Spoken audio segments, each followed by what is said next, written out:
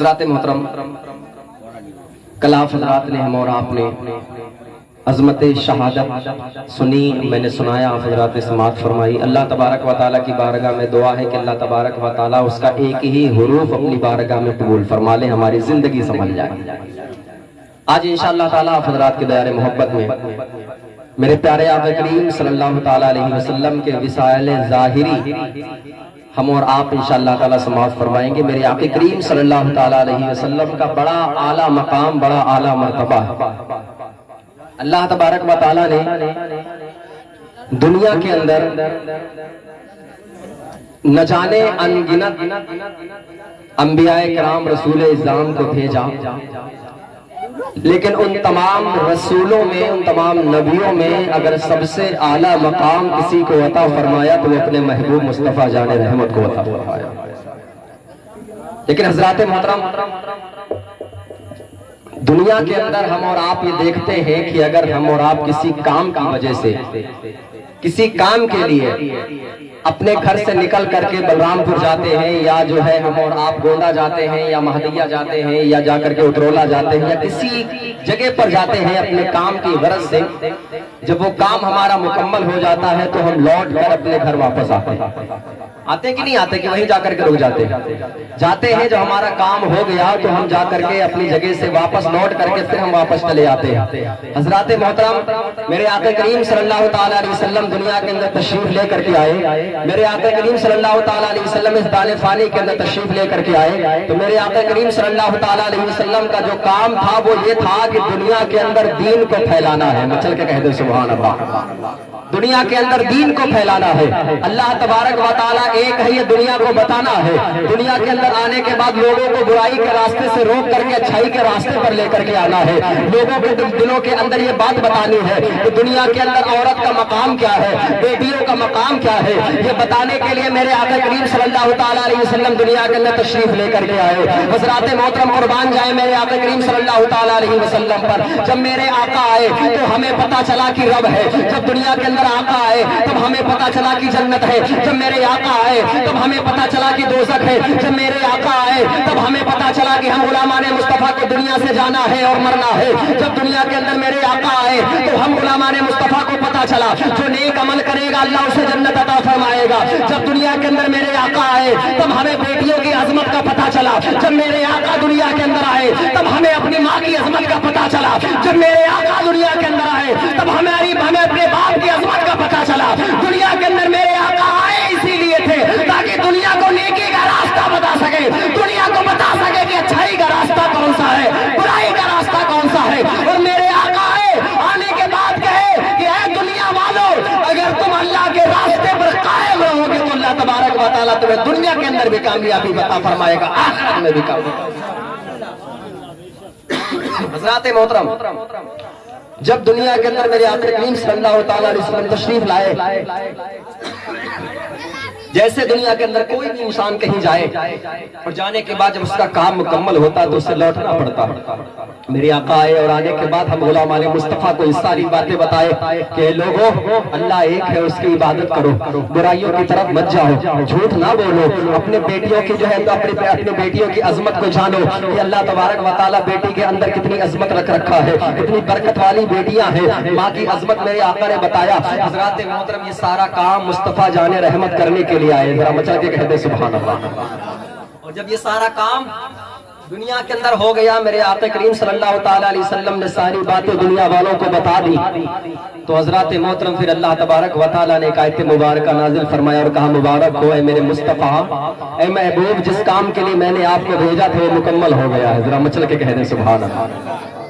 اس کام کے لیے میں نے آپ کو بھیجا تھا وہ کام مکمل ہو گیا ہے، اب آپ میرے پاس تشریف لے آئیں، ذرا قربان جائیں میرے آقا کریم صلی اللہ تعالیٰ علیہ وسلم، حضور سرور کائنات صلی اللہ تعالیٰ علیہ وسلم کو مبارکباد میرا اللہ تبارک و تعالیٰ دے رہا ہے کہ اے میرے آقا کریم صلی اللہ، میرے محبوب پیارے آقا، جو ہے یہ کام آپ کا مکمل ہو گیا ہے، جس کام کے لیے آپ دنیا کے اندر گئے تھے وہ کام مکمل ہو گیا ہے۔